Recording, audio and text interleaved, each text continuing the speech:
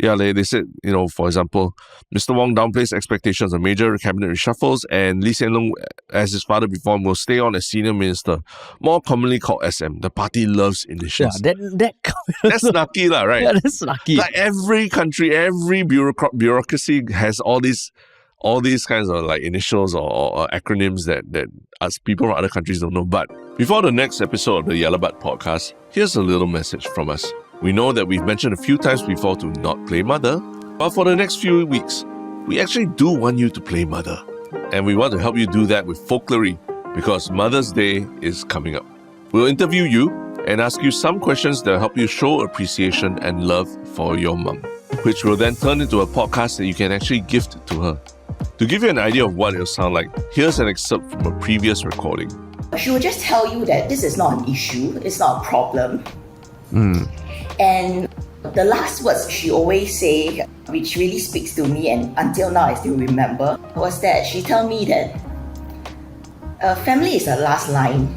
So no matter what happens, right, you can just quit your job, turn to the family, they will support you all the while. So it just gives me the feeling that you can go all out and then just do what you want. And at the end of the day, family is always watching your back. Yeah. Now imagine how your mum would feel if that was you talking about her. So order by 30th April to get your Folklory to you in time for Mother's Day, which is on the 12th of May. So just head on over to folklory.com, where you can also get our limited edition Folklory speaker in the form of a retro cassette. So you actually have something to give your mother on the day itself. The link is in the show notes, so please do check it out. And now, on to the podcast. What's up, everybody? Welcome to another episode of Yala, your thrice weekly podcast where we talk about the hottest news with a touch of what, Terrence? Good old humor. Good old humor, man. Yeah. It's been like a week since we had an episode talking just about the news. That's true. Yeah. We've had back-to-back guest episodes. Yeah. So not bad. I mean, quite an epic run, as some people are saying. Yeah. Epic run of guests. Yeah. Still got like a couple more in the bag, right? Coming. Potentially, if all goes well. I never count the chicks before they hatch until we record. And they were seated in here recording. I believe the term is chicken, Terrence. Count the chicks. Is it? Before they hatch. No, it's count the chickens before they hatch, right? But what is the young of a chicken called? True lah. It's just when you started off saying you don't count the chicks, I was like, wow. Then you completed the phrase. Yeah. I thought you were talking about people.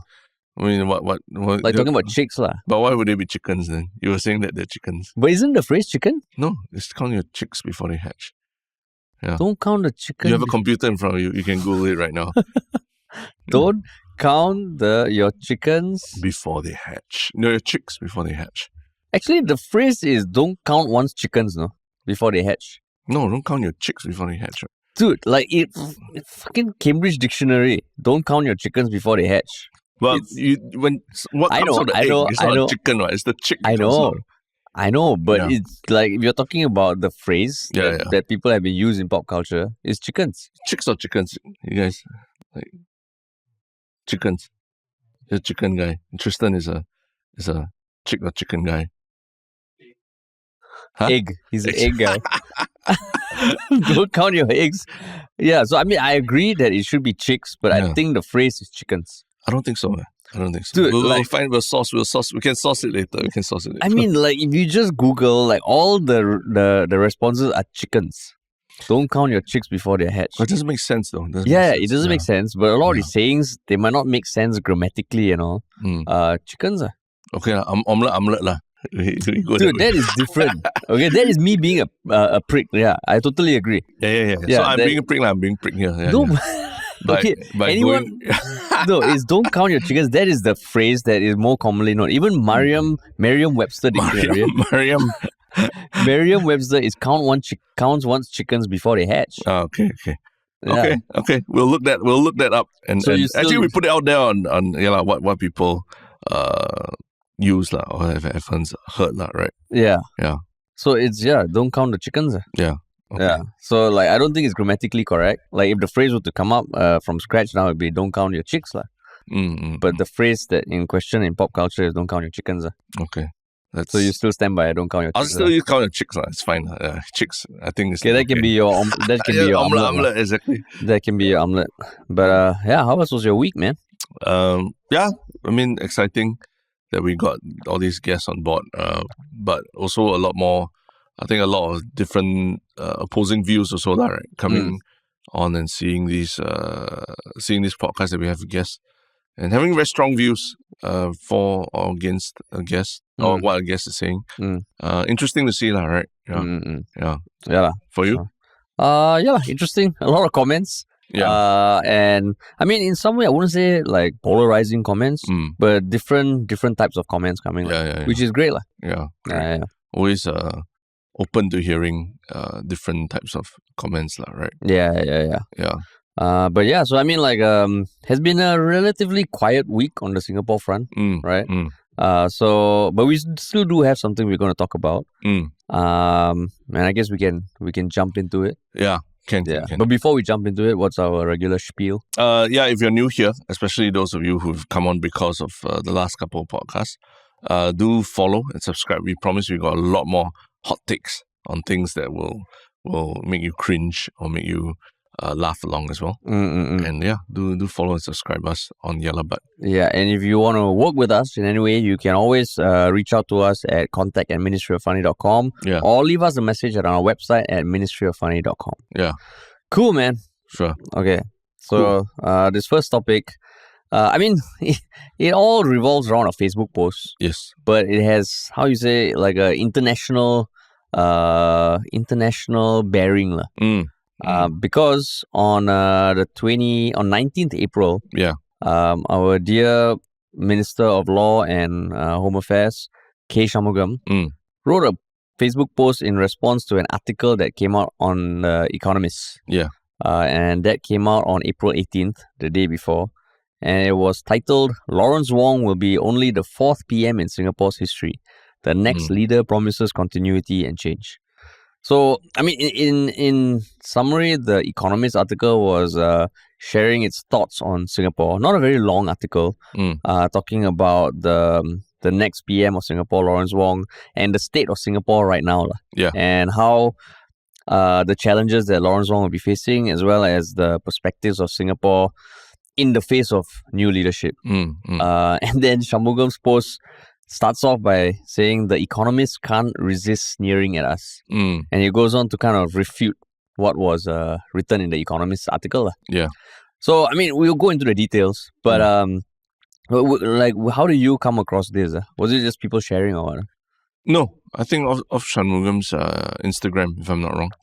It came up, if I'm not wrong, it came up last week already. You follow him on Instagram?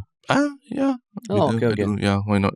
I think he posts quite even more personal things also.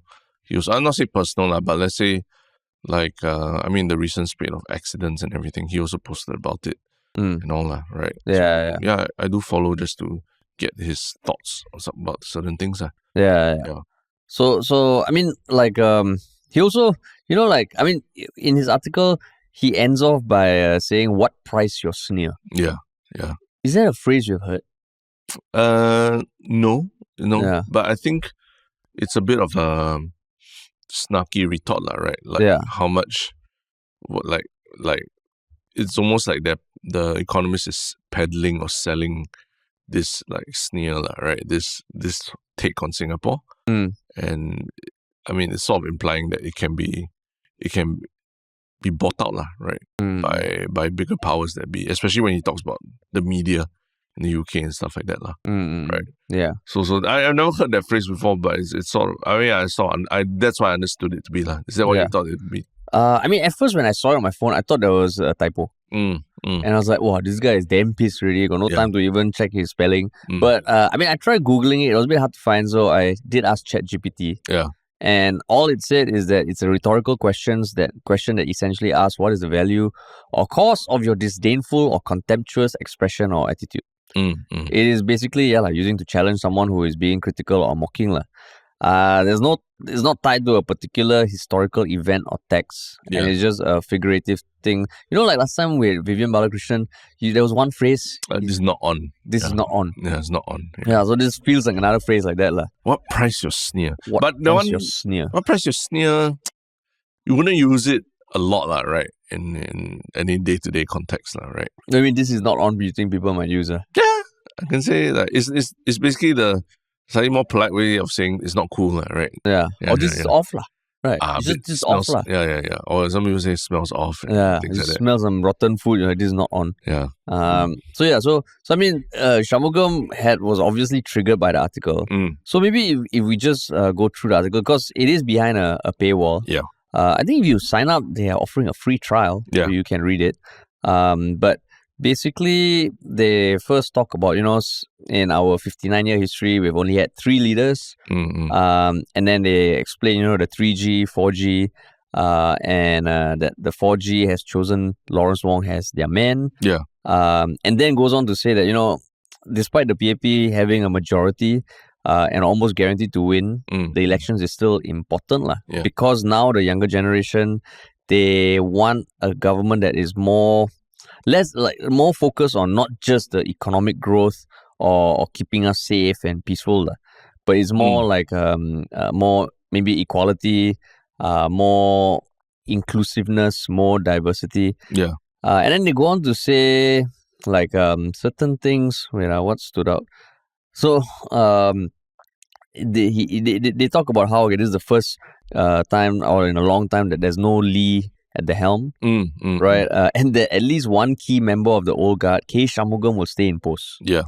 And then they pointed out that Shanmugam often takes a bleak view of threats to Singapore. And who warns us of the dangers of populist politics elsewhere. Yeah.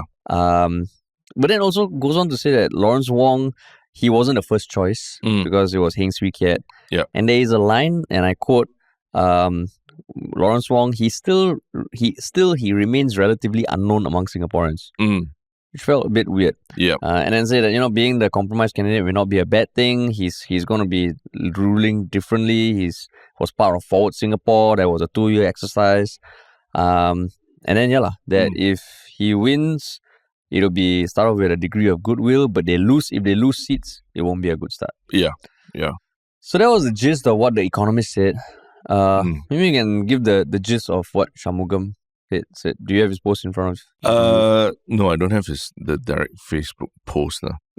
I mean, there's a summary of it on Petir SG. They do reproduce his post in full. Basically, he said, that the economists can't resist sneering at us, and he says that the instinct lodged deep in the unconsciousness of the British commentariat class. They can't stand that people that were accustomed to lecturing are now doing better than they are across the board. So it's really saying that it stems from a neo-colonial mindset, maybe, of like from the former British Empire. So he goes into all these various examples talking about, and he pulls in the comparisons with the UK. For example, governance, that Lawrence Wong is only our 4th PM, but Rishi Sunak is their 4th PM. And here's very specific. In 4.9 years, not even like 5 years, he says in 4.9 years is their 4th PM. Because ours was 59 years the line before. So he wanted the 9. It rhymes. He's a poet. And then he talks about how Mr. Boris Johnson apparently accepted gifts during his time as a PM. And he points out that in Singapore, anyone who does this would be charged in court. Obviously, in light of everything that we're seeing with the Iswaran case and all that, the alleged gifts that he received and all that, right? There's an example. He talks about the economy. He compares the GDP, per capita GDP of Singapore and UK, right? And said, Singapore's well ahead on certain measures. So, also, trying to find a very common comparison point between the two countries. And then on the media, he talks about that the Economist refers to Singapore's press as a docile press. And he points out in the UK, media is run by powerful people, like one person where politicians had to pay respect to him to get coverage and all that. And yeah, he says that that's not good. He talks about social services, Singapore having a lot better healthcare, housing, education than UK.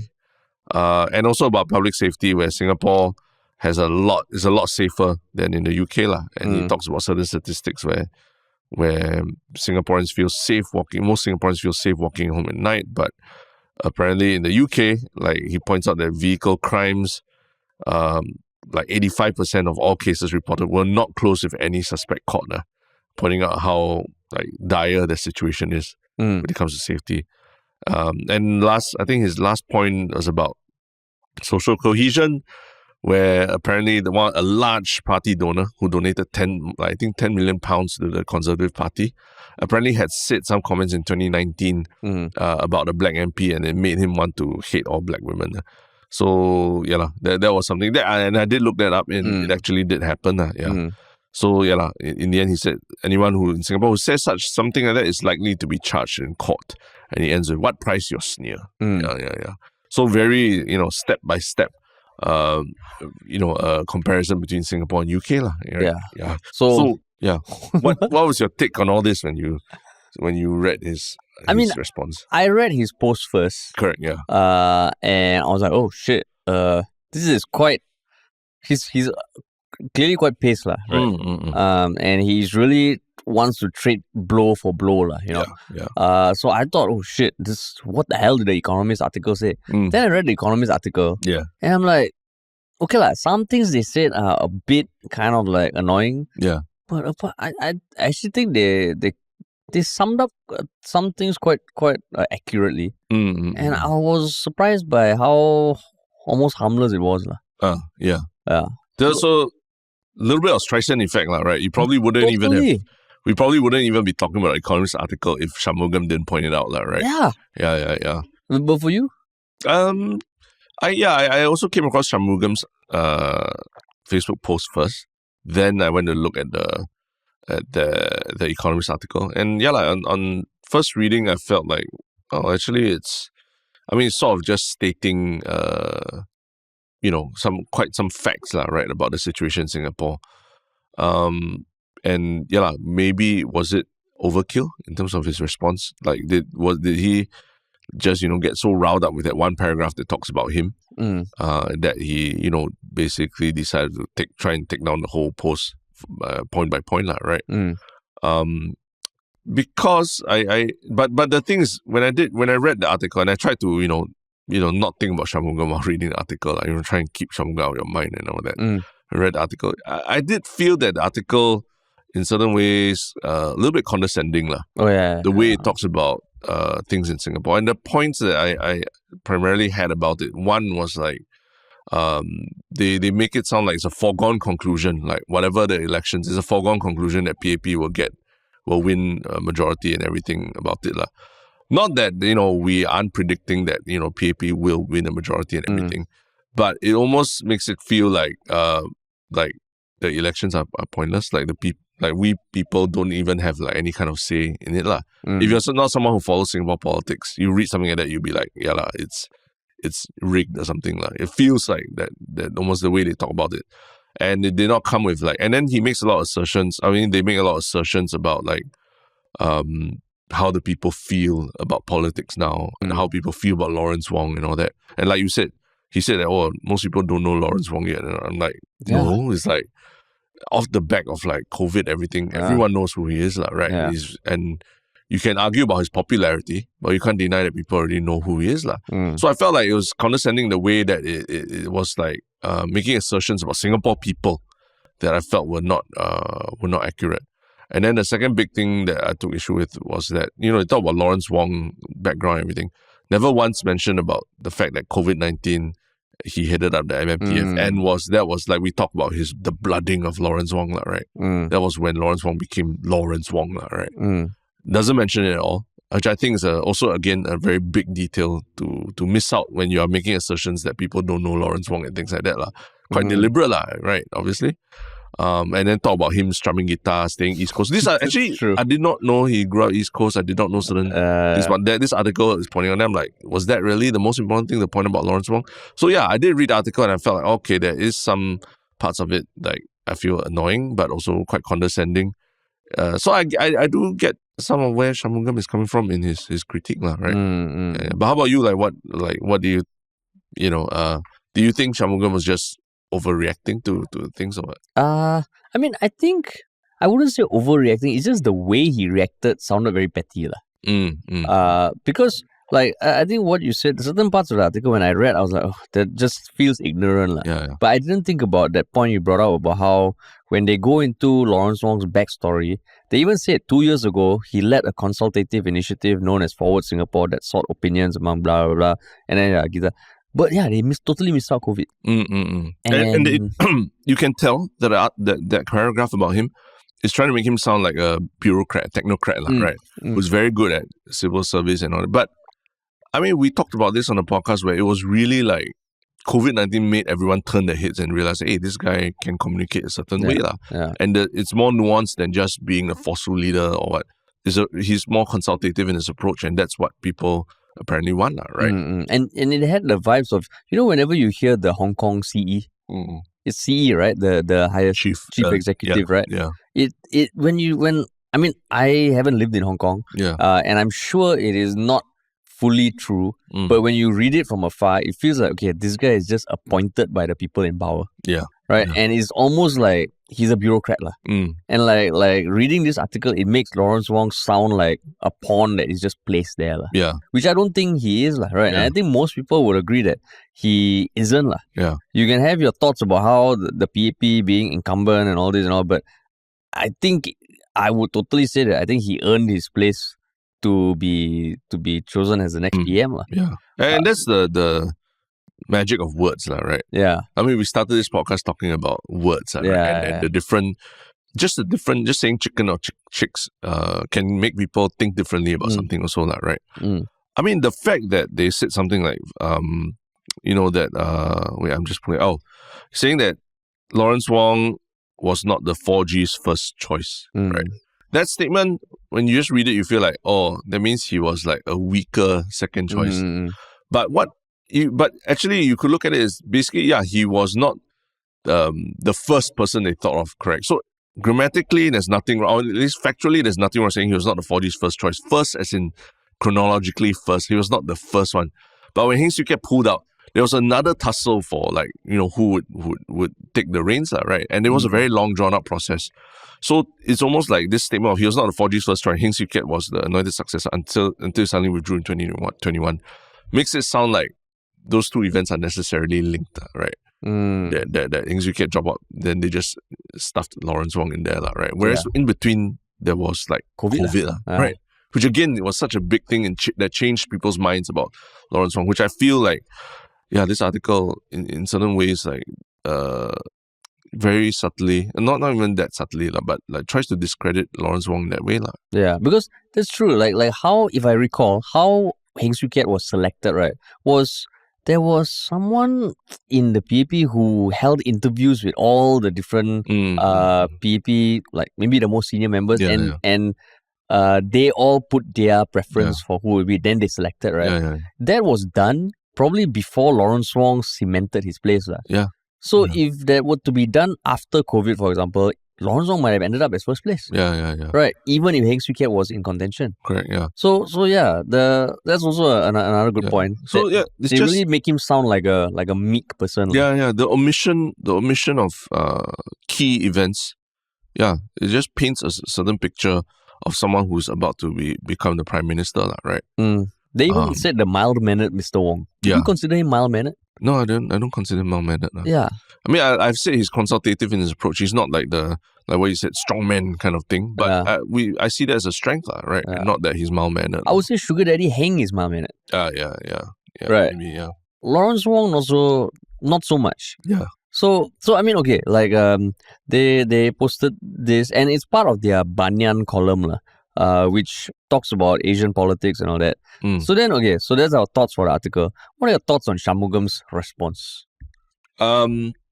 And this is not just exclusive to us or anything. I think people online, Sudhir from Job Media also has pointed out that maybe it might be the way it might have been overkill is to suddenly drag the whole of UK into this debate, right? Because if we are taking issue with the Economist article, it's not necessarily saying that we are taking issue with the UK, what the UK thinks about Singapore, right? Because the Economist also doesn't represent all the views of the people in the UK.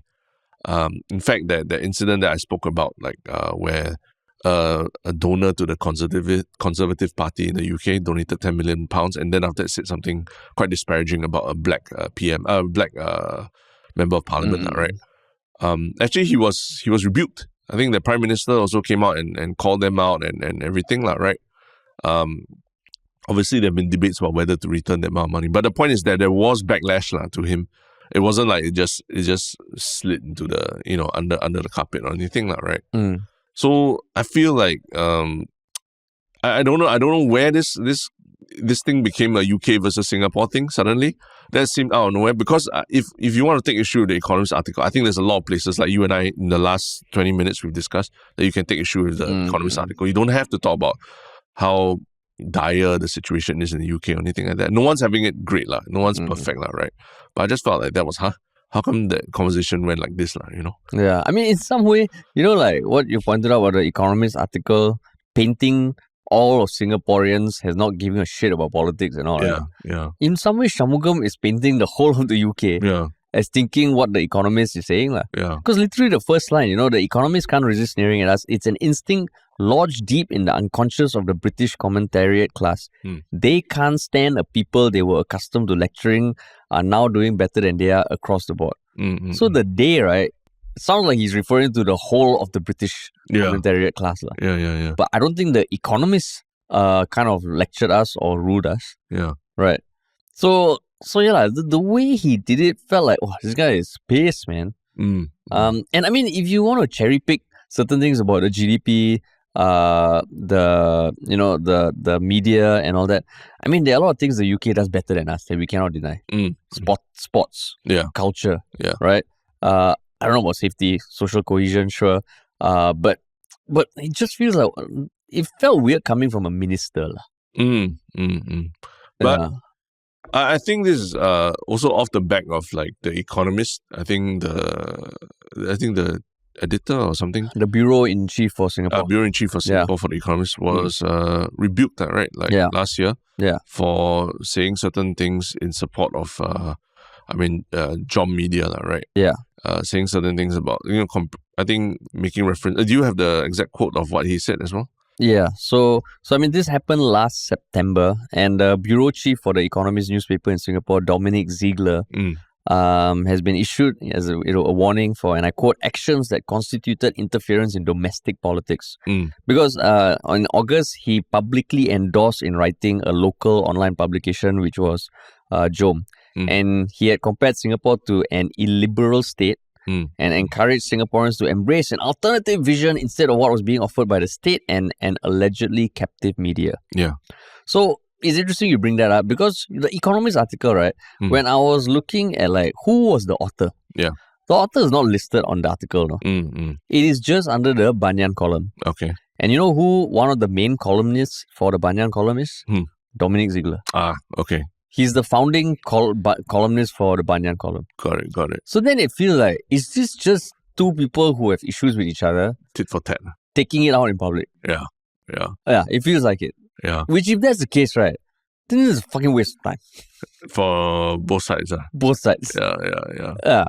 It is. It feels like I really don't understand the trying to compare the UK and Singapore. Completely different countries, completely different systems. I mean, not completely different, but I mean, they have 66 million people. We have 6 million. Yeah. We're struggling with different things, right? Yeah. So it's just the comparison. I mean, remember that point when Shanmugam invited Richard Branson to debate in Singapore, and it was a little bit of hoo-ha and everything. So it seems like the UK is in the crosshairs of Shanmugam specifically. Someone Shanmugam posted this at 3:43 p.m. Wow, on a Friday. Yeah. Oh, on a Friday. Yeah, it was last Friday. Yeah, on a Friday, 3:43 p.m., he's just like, just put it out pissed there. lah, you know? Yeah. He's just pissed. So I don't know, man. It's just because there is like this paragraph about Shanmugam taking a bleak view of threats to Singapore.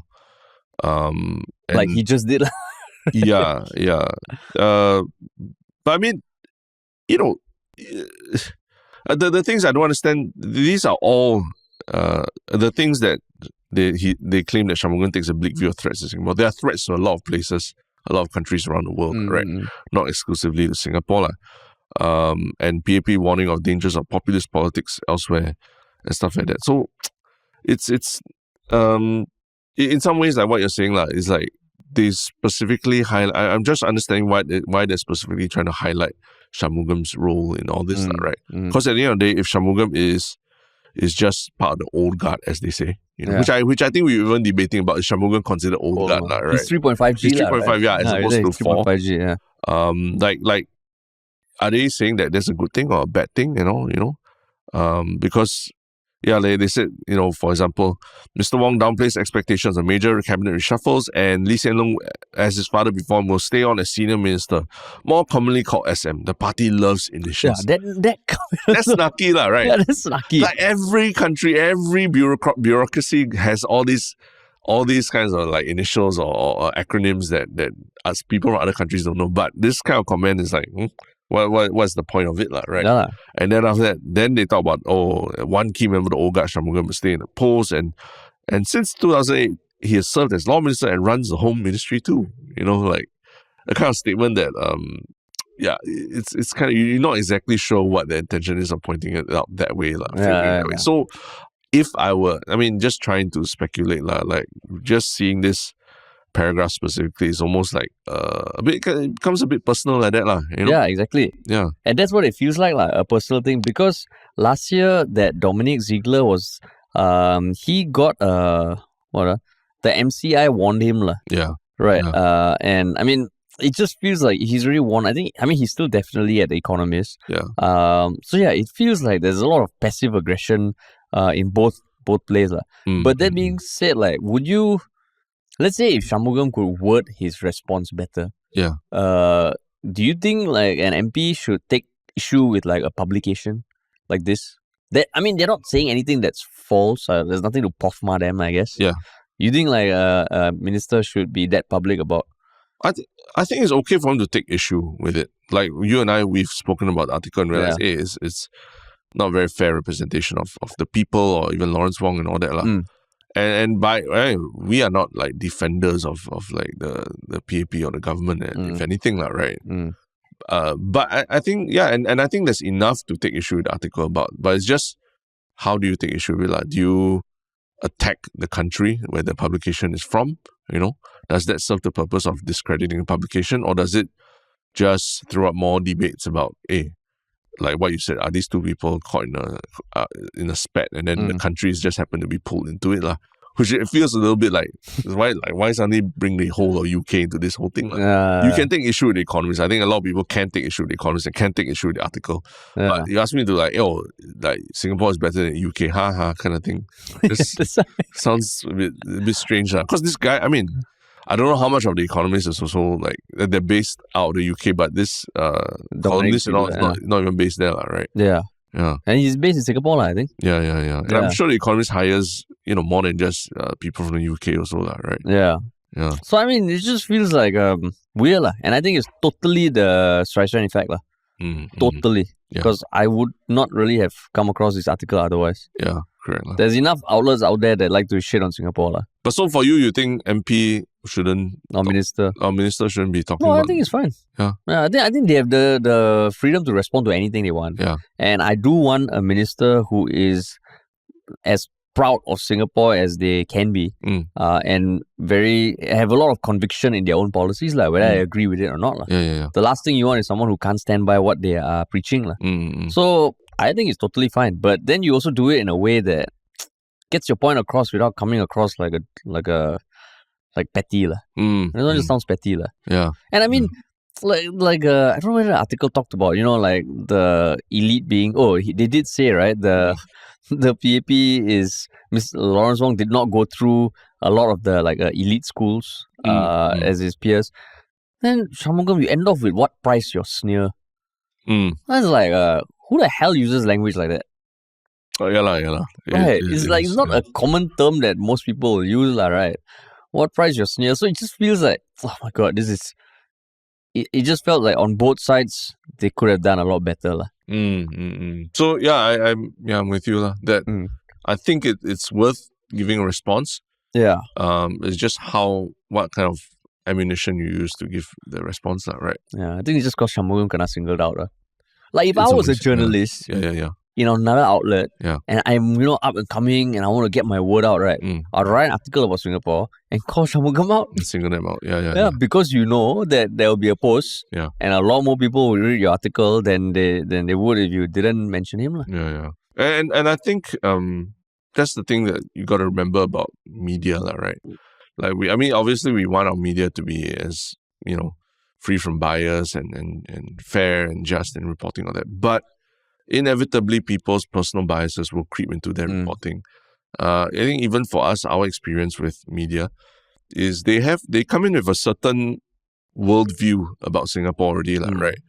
And a lot of times when they come and they interview you, and I'm talking about big publications that we've had interactions with. When they come in and interview you, they almost come in with like, okay, we have an angle already, and we kind of just want you to provide the soundbite. You can sit here and they can interview you for 20 minutes, half an hour, but they only use that 6-second part of where you actually said something that backs up what they're saying, which is what happened to us. Yeah, I won't say which one but that's our experience, and we've come to realize that a lot of times these very, very big news agencies, all that, they're informed a lot by the personal biases of reporters and things, and it's just the machine, right? They've got so many stories every day. If you're not going to give them something that's juicy or up there, that's quick for them to turn around and produce something, they're not going to want to publish it. So maybe in some ways, if Shanmugam did the very, what we're talking about, very sane approach of critiquing the article where it's got its facts wrong, or that,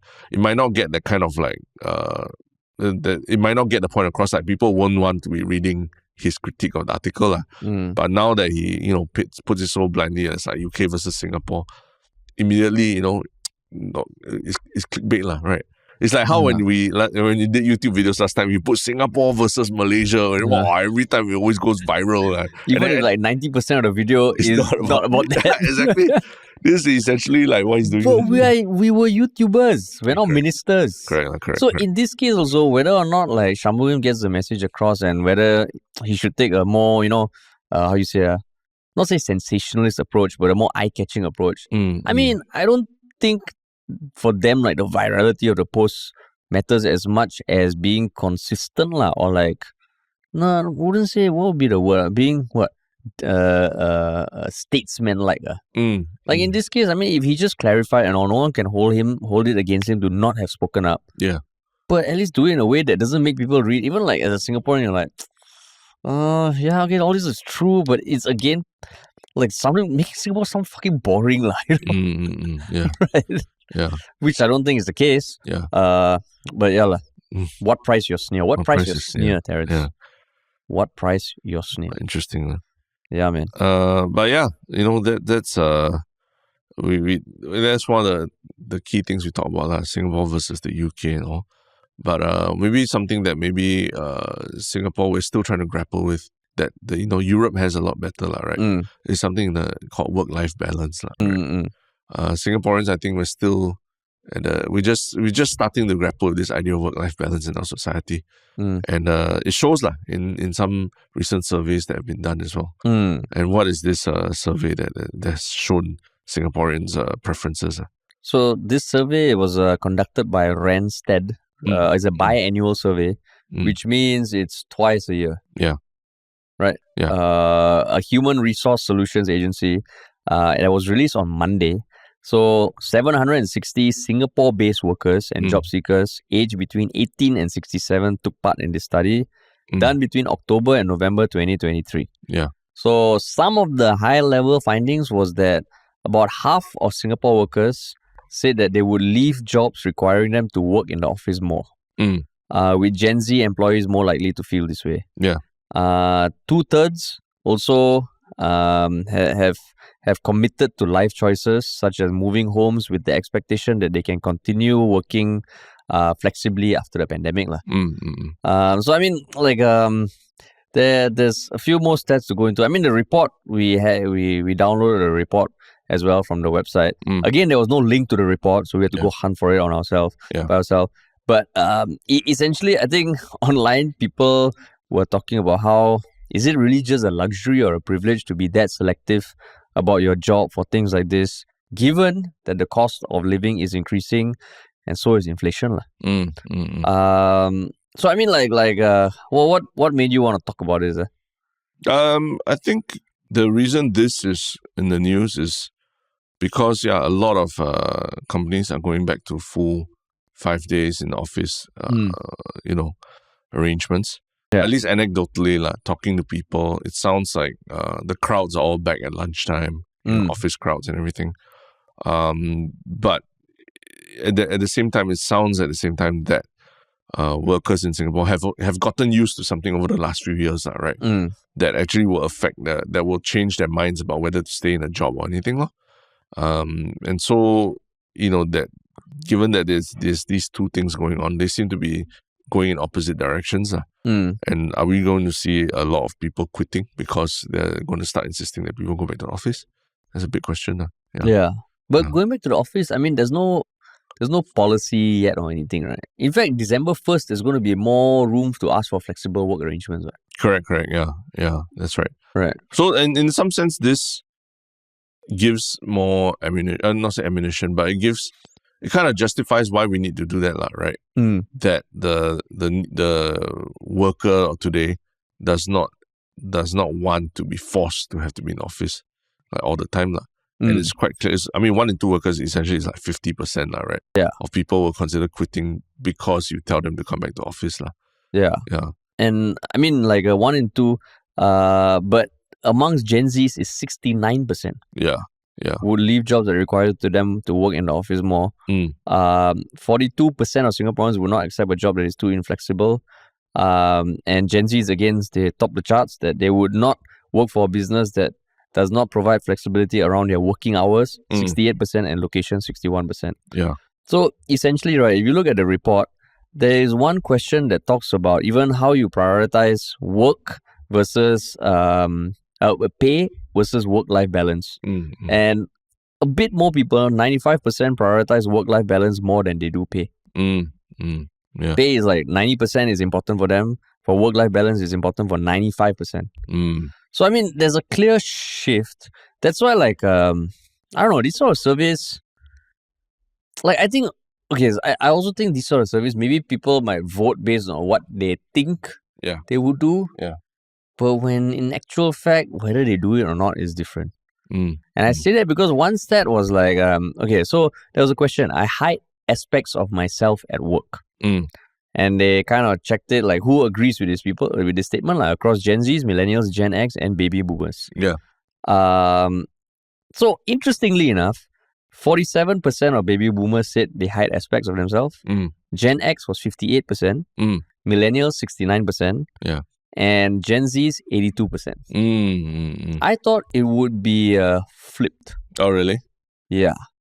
I thought the older generations would feel like I bring my work self. Yeah. My personal life is outside.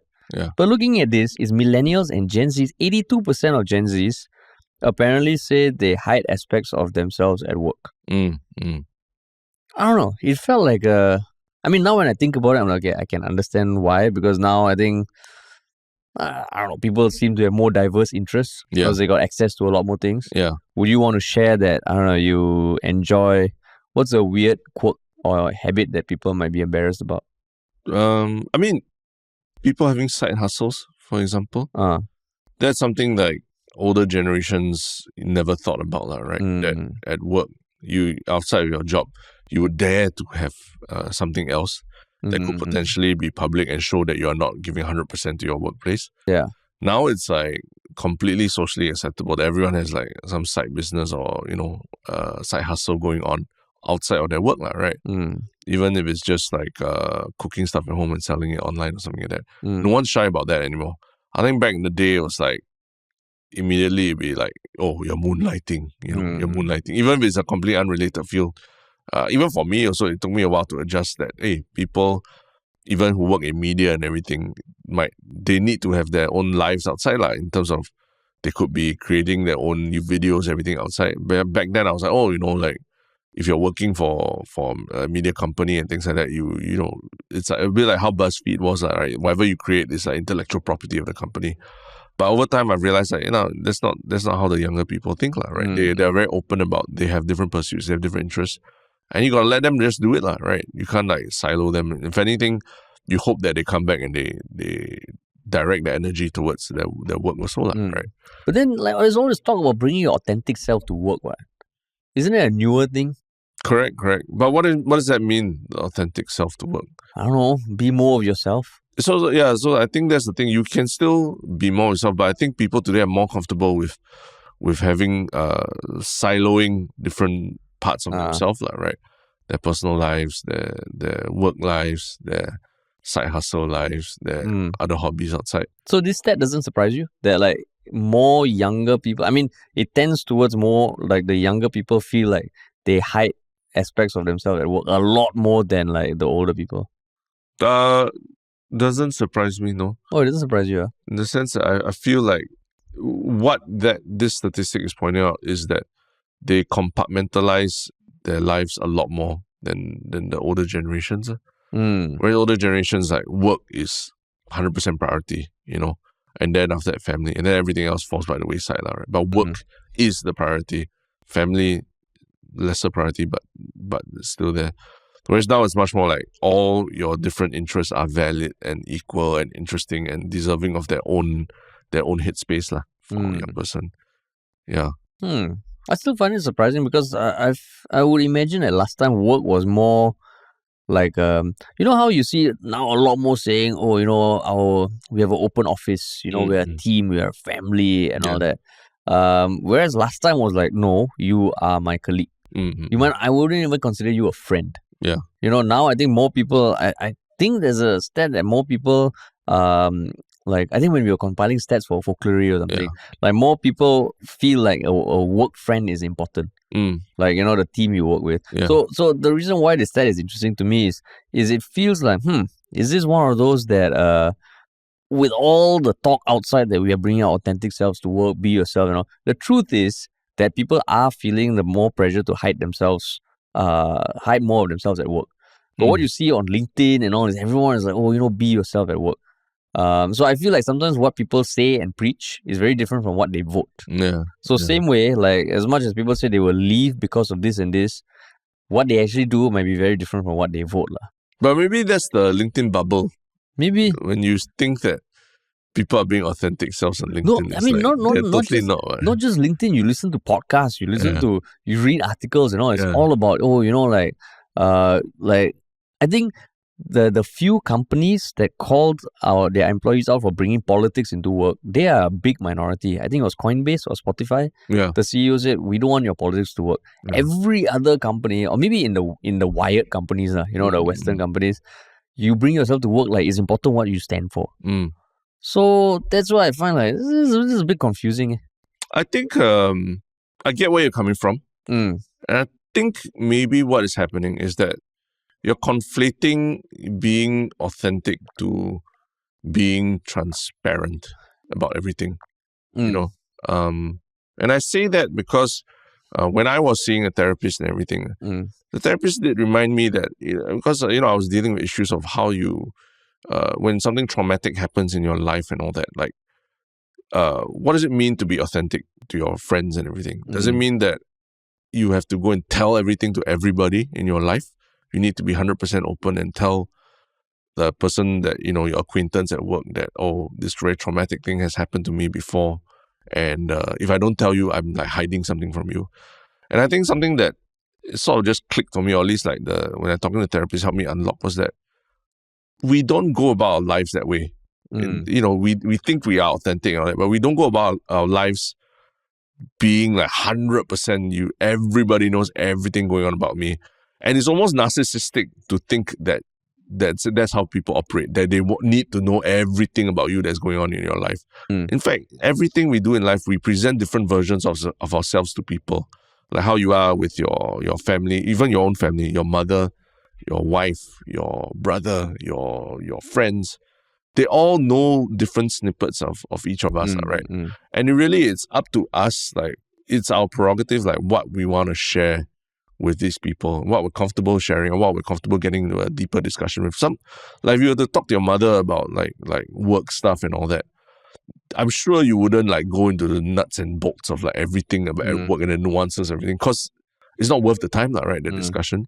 So you pick and choose, right? What you want to say. But would you say that you're being inauthentic to your mother when you don't give her all those details? So it helped me like realize, actually it is true that when we go about our lives, we already make these conscious decisions about what we want to tell people or not tell people and things like that, right? And we should not feel like just because there's certain things I don't tell this group of people or this person that makes me inauthentic, that makes me dishonest, that I'm hiding a part of myself.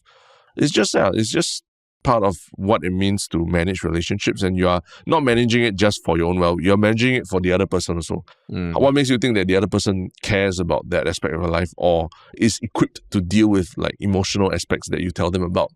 Like why burden them with something that they're not ready to deal with also, right? It's a two-way thing.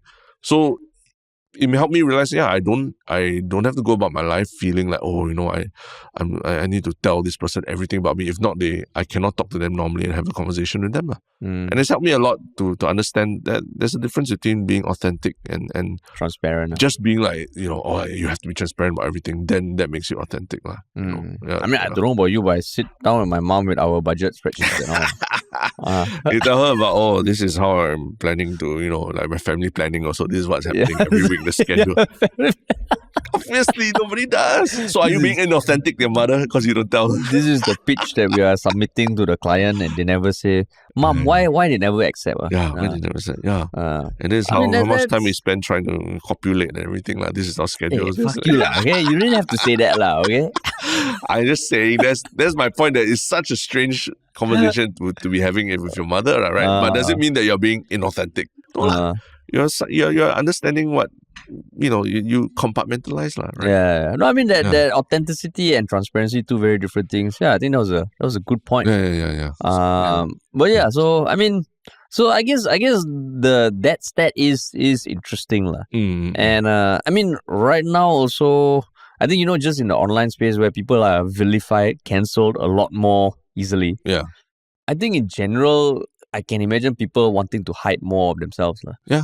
Yeah, I would say. Yeah. And they want to keep their life separate, like my work life and my side hustle life or my relationship life kind of thing. They don't even want them to overlap in any way, So I can see where young people are coming from, where one could have spillover effects. One part of their life could have spillover effects to the other unfairly. Yeah. So I mean, I did see on Facebook some people shitting on this stat, saying, how can people be so privileged and all?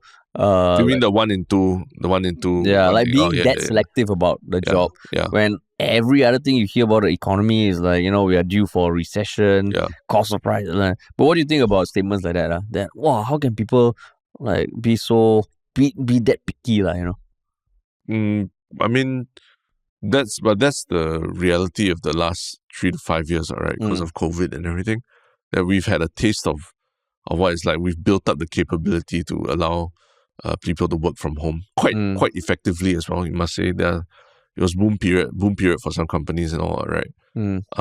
So why just go back to business as normal when there's a new hybrid way to do things already, right? Yeah. And I mean, I think also even a decade ago, it was so hard to work with a company that's not in your own country. Yeah. Right? Yeah. Now that has changed. Yeah. And then the second thing is, I think there's there's a belief that as you get older, of course, you want to keep upgrading your life, materially, which means that, of course, you're going to need to earn more. Yeah. But I think if you are willing to live a simpler life, you can also choose a job that fits your own requirements. Correct. And not everybody needs to live in a condo. Not everybody needs to live in a fancy car. Yeah. And everything is a balance. So when I see comments just like that, so picky, yeah, I mean, of course, not everybody has a choice. But if you can manage a life with a job that pays less, but you are healthier, you maybe need to take public transport, you don't have a car, but you are happy, you're contributing, you're creating good work, there's nothing wrong with that. Yeah. Right, there's nothing wrong with it. In fact, so many people get trapped in the cycle, and you keep hearing the stereotype, like when you're on your deathbed, would you wish to have worked more or some shit like that, right? Yeah. So I think it's good that people are thinking about it, and whatever people make their choice, if it doesn't work out, hopefully they realize and then they recalibrate. Yeah. And I think like what James Lim was saying on our podcast, it's a lot of times people think of it as a binary thing. Yeah. Either you work your ass off and become successful and you join the rat race and everything, or you fall by the wayside and you become homeless and everything. Yeah. Everything else falls apart, right? Yeah. And I think what he's saying was that there needs to be a recalibration of that mindset. That there can't be an in-between, right? Where you the trade-off, you decide, I'm going to trade off some of that success for more leisure time, for example. And that's just a choice you live with. Yeah, it's a choice you live with. Yeah, when I see people saying that 1 in 2 will consider quitting if they're forced to go to office, that is people are making that trade-off. And just realizing that they don't want to, be on that rat race where the pay is better means it must be a better thing for my future. And I mean, if it doesn't work out for them, I also feel like they're not just aimless toddlers. Yeah. Right? They can make a decision for themselves. If it's not working, then you reconsider. Yeah. Then you go back to the job that you don't like. Toddlers not aimless. They're very targeted in what they want exactly. Or like headless chickens. Let's bring it back to chickens. Headless chickens. Headless chickens. Correct. Yeah, they have a head. They have a head on them. Yeah. But yeah, so I mean, interesting. I think also because there's this notion that, the younger generation, they're all soft and picky and all that. I think every generation has their criticisms. Yeah. But I think sometimes that people lean on that a bit too much. Yeah. And I mean, sometimes it's also a demographic thing also, right? Like young, I would say a lot of young parents or mothers have all enjoyed the few years when we had to work from home a lot more, right? Yeah. Because it did allow us to spend more time watching our young kids and things like that. But that's not captured in an age demographic, right? But it's mostly people in their 20s or 30s, right? And immediately, it's not tied to it's not just because of it's a financial decision, right? It's a decision because they have old parents they need to take care of. Yeah. If young kids they need to take care of. And this approach does help it. So it's not all about strawberry generation and or they don't want to work hard or that. It's about the realities of life that previous older generations didn't have these kind of issues to deal with. Yeah. I mean, these generations tend to be by decade, right? What do you mean? Ish. As in what do you mean? Because millennials are because my question was, when is after Gen Zs, when is the next gen going to be declared? Gen Alpha. Is it a term? Yeah, it's a term already, Gen Alpha. Because there's no stereotypes about them yet, right? They're probably too young, right? Probably too young. Yeah. It'd be fun to see how that evolves. Then how the generation things, how Gen Zs react to that. Yeah. Because it probably will happen, the same things that millennials felt for, what was below us? Gen what? Gen X. Gen X. Yeah. And then Gen X to Gen Z. Yeah. Correct. So always will be like that. It'll be interesting. Yeah. I mean, at the end of the day, the survey is just trying to capture a broad picture of everyone, right? Yeah. But there are nuances in that discussion. Like Singapore back then compared to Singapore now, very different, right? Yeah. People's priority is very different. Taking care of your old people, taking care of your young family, because family is also smaller these days, right? It's harder to get help and stuff, and it's more expensive to get blah blah blah. So a lot of that goes into the decision of whether you want to work from home or work from the office, right? So I don't think when people just say it's just strawberry generation, I think that's unfair, Yeah. Unfair. Yeah. But yeah, cool, man. Cool. So we talked about interesting comments, right? Yeah. What was your one Shiok comment this time? You gotta talk about the Shuen podcast and all. Yeah. So I mean, on the Shuen podcast, both on YouTube and Reddit, there were some comments that a whole range of comments lah. Some said they really enjoyed the podcast. They found it very powerful. About her sharing about the plight of the Palestinians and how her perspective has changed, lah, right? Then there were also people kind of calling us out, I guess, for not either giving her time to speak or having talked about the issue too much. Someone pointed out we have spoken about the issue 8 times. Yeah. And I think someone even said there's no way to justify genocide lah. I think hinting at maybe me lah when I was just kind of like asking Shuen some questions. Yeah. I think everybody has a right to comment, but I have been thinking a lot about those comments. But I think like the main point that we want to do here for any kind of topic is to consider alternative perspectives, even if we might disagree with them. So I don't know whether some people thought that I was totally against what Shuen was saying philosophically or what my thoughts are about the conflict. But yeah, I think like we will always need to push back against what people are saying, even if we disagree or not, because that's the nature of the podcast. Yeah. So I mean, still, what I'm happy about is that there were very few comments that were just one line like, fuck these guys or something. Yeah. Everybody made a comment and they kind of like explain why they feel that way. Which to me is still a very good thing. Yeah. And that's one thing I really appreciate about the Reddit community. Yeah. And even YouTube to a certain extent, right? YouTube. Less so. Less so, yeah. Less so. You get a lot more short comments. Yeah. Some copy and pasting emails. Correct. Yeah. So, exactly. Kind of, a bit strange sometimes, the YouTube ones. Yeah. I mean, they're still good that people comment there. But I think on Reddit, I really like the fact that people do try and back up what they say with a point. Yeah. So that was my I guess a few Shiok comments in general. Yeah. I mean, so far the previous podcast really a lot of engagement, which is great. And to anyone who commented and put their thoughts down, thanks a lot for that. Yeah. Even if I might disagree with it. Yeah. Looking at you, Harish. Continue to look at me, man. Yeah. Cool. And what about you? Mine was on Reddit about the Jamus Lim episode, where Original Poster 2020 said, I'm re-listening to Yalabat from episode 1 to pass the time and re-experiencing the time capsule that is Yalabat. While listening to the new episodes the day they are released. Also, this person is going on a journey, a Yalabat journey. That means what he's going back to episode 1 and in his own time or in his or her own time, just listening to the episodes. But when we release the new episode, then they listen to the new one first, right? Just so they catch up, yeah. Wow. So this person also said, I was surprised by the serendipity of listening to Jamus talk about limiting youth to play sports because they aren't good enough to get accolades. And then episode 137, where Harish and Terence were talking about RI abolishing their football team to make sure their rugby team had the highest priority to get medals.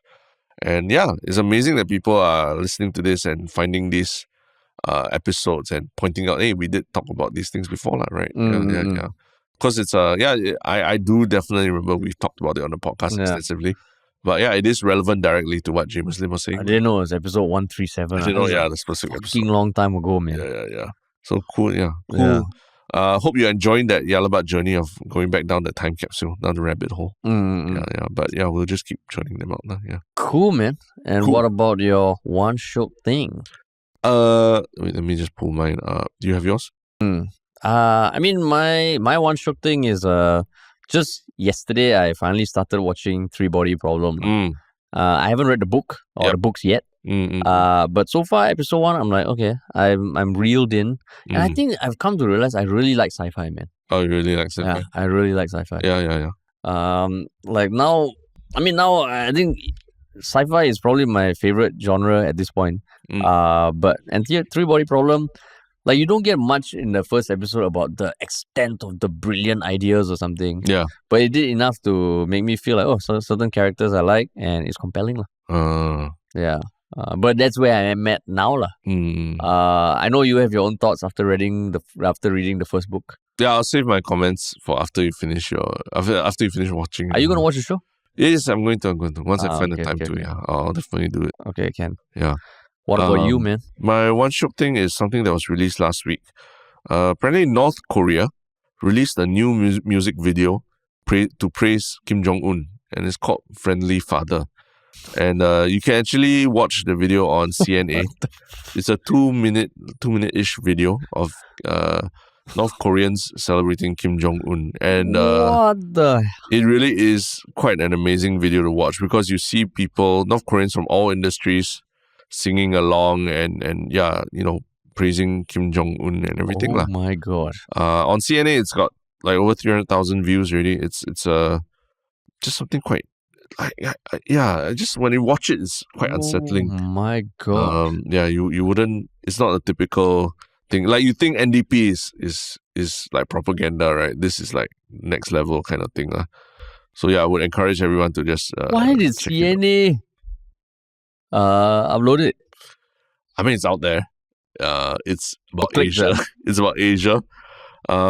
You wouldn't normally see in other news. Oh my God. You don't see a lot of news media, but the video is something. Like, the video is really something. You just have to watch the spectacle. There are people in surgical theaters singing along and praising Kim Jong-un. They are like hugging Kim Jong-un. Yeah. And what the? It's really quite amazing, right? Yeah. Oh my God. Yeah. And then there's even there's a DJ at the end and everything. It's really like, yeah. I mean, this is probably not an accurate reflection of life in North Korea either, but just this video itself is just something. Oh my God, this is amazing. Yeah. Holy shit. Yeah, okay. Cool. That's my one Shiok thing. That is great. But cool, man. Cool. That's all we have for this episode. I just want to also just give a quick shout out that if you're new to us also, our Reddit subreddit, our Yalabat subreddit is a very interesting place to go to get into deeper discussions with people. Because we haven't done a shout out for our Reddit in a while, right? Oh yeah, that's true. So if you're new here, please do go check out the subreddit. Hell yeah, man. Yeah. If you just remember to follow us on all our social media, tell people who may not have heard of us about us, and reach out at ministryoffunny.com. So thanks for listening, everybody.